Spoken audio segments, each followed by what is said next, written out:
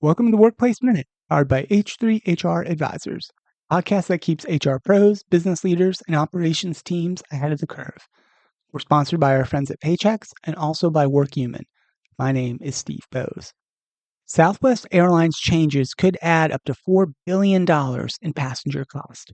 Today we're exploring the changes at Southwest Airlines, who have now officially abandoned their famous two bags fly free checked baggage policy and will soon introduce assigned aircraft seating with, of course, additional fees for the privilege of obtaining premium seats on board. Recently, Southwest Airlines CEO Bob Jordan estimated that the addition of fees for checked bags and for assigned and premium seating, along with some other structural changes at the company, could drive an increase of as much as $4.3 billion in annual earnings. As we previously noted here on the Workplace Minute, when Southwest announced these major changes to their operating model, it represented a full 180 from the airline's long-standing principles and history. Southwest was always the different airline. When every other U.S. airline adopting seemingly endless incremental passenger fees for checked bags, for premium cabins and seats, even for the ability to get an assigned seat at all, Southwest stood apart with its more egalitarian approach to air travel. For the most part, everyone traveling on Southwest was treated to the same experience. A promise of lower fares, 2 free checked bags on every flight, and open seating once on board the airplane. Sure, passengers could pay a little more for an earlier boarding position in Southwest's famous letter and number lineup boarding process, but aside from that, Southwest was always, to many people, the people's airline. No snooty pre-boarding unless you needed assistance, no first-class cabins, and no trying to cram a too large bag into the overhead bins to try to avoid a $40 bag fee.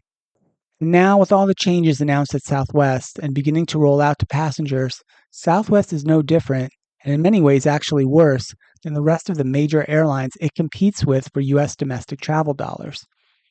CEO Jordan, who was forced to make these changes because of activist investor pressure, recently admitted he doesn't really care about Southwest existing customers, many of whom are passionate about the former and historical Southwest flying experience. Many travelers who have chosen Southwest over and over again have made those decisions because Southwest was different than every other airline. We, and I will include myself in that group, as I fly Southwest all the time, appreciated the straightforward boarding process, the ability to sit wherever you'd like once on board, and the lack of incremental fees for checked bags and seats on the window or in the exit row, or as some airlines do, even charges for a soda or a bag of pretzels. Here's what Jordan had to say at a recent investor conference. 85% of the customers who won't choose us want assigned seating, Jordan said, adding it is also the biggest reason those customers don't fly with Southwest. He then continued, let's answer the question of what do customers want. They want segmentation of the cabin. They want a variety of product offerings. They want access to premium. Jordan, the rest of Southwest executives, and certainly the activist investors clamoring for these changes at Southwest keep referring to customers. They don't really mean Southwest customers. They're talking about non-customers, those travelers who have not chosen Southwest in the past, either for a lack of a first class or business class amenities, or a dislike of the open seating process, or for some other reasons. Southwest and their investors are changing the entire character of the airline to attempt to lure new customers. This is coming at the expense of their existing loyal and dependable customers, those of us who have always appreciated the differences between Southwest and Delta or American or every other airline.